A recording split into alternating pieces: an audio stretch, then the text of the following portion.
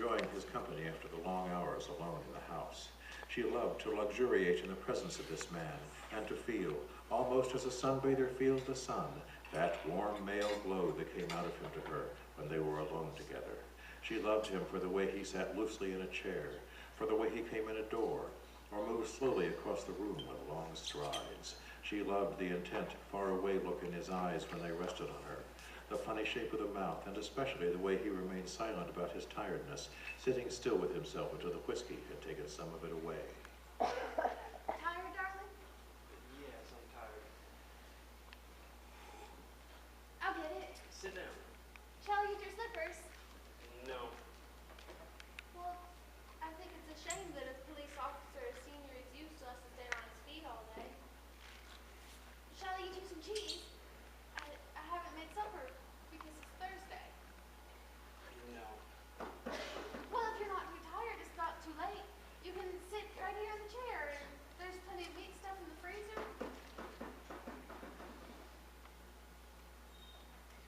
Well, I'll get you some cheese and crackers.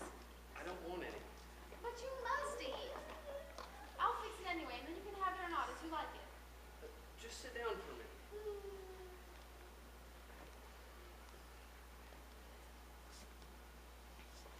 Listen, I have something to tell you. What is it, darling? I've thought about this a good deal, and I feel the best thing for me to do is to tell you right away. I hope you won't blame me too much. You see, with your child on the way, it's going to take too much of my precious time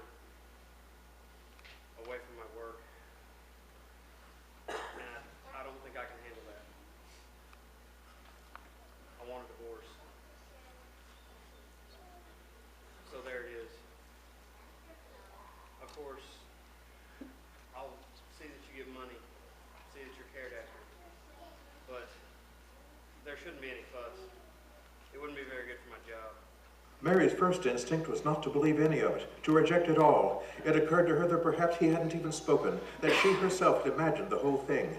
Maybe, if she went about her business and acted as though she hadn't even been listening, then later, when she sort of woke up again, she might find none of it had ever happened. I'll get the supper.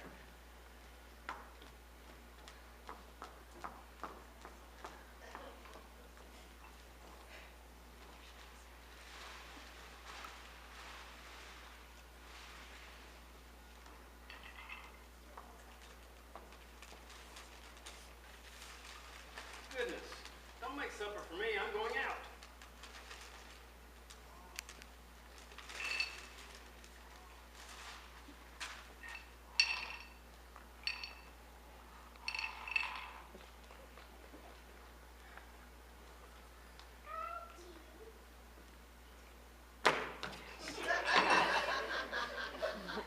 It was extraordinary now how clear Mary's mind became all of a sudden.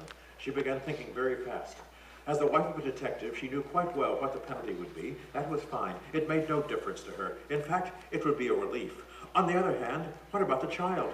What were the laws about murderers with unborn children? Did they kill them both, mother and child? Or did they wait until the 10th month? What did they do? With what she had done fresh in her mind, Mary decided to add some vegetables to her cooking leg of lamb. She walks down to the grocery store and asks for 2 potatoes and a can of peas, explaining that her husband was tired, didn't want to go out for supper that night.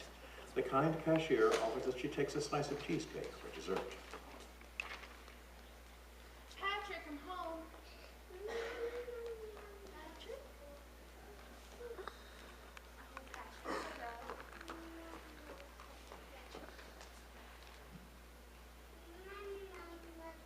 Oh, no, Patrick, no, wake up. Patrick?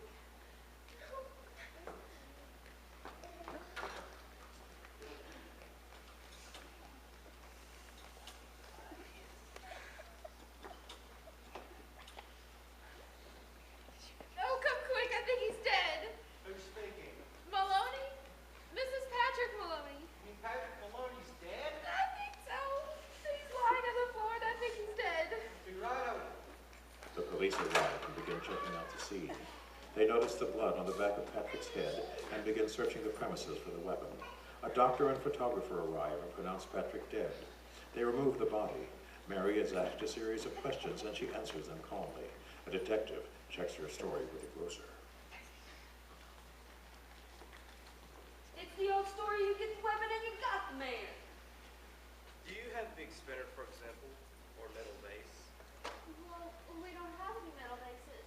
Oh, Mrs. Maloney, the oven of yours is still on, and that leg of lamb still in pile. Oh, dear me, so it is. I better turn it off for you, hadn't I? Would you do that, Jack? Thank you so much.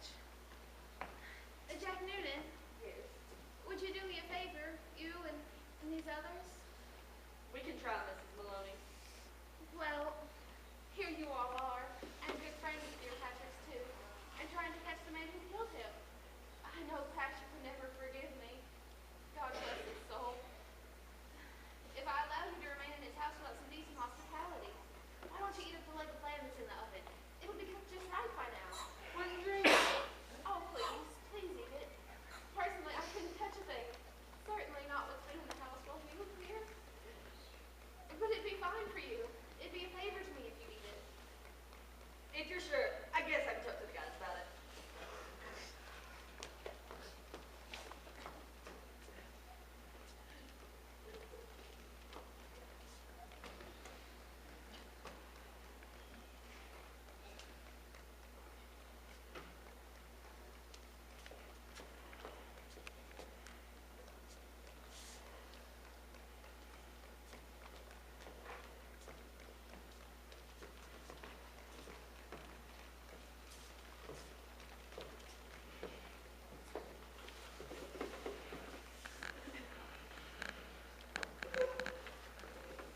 Have more, Charlie.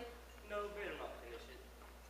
She wants us to finish it. She said so. It'd be doing her a favor. Okay,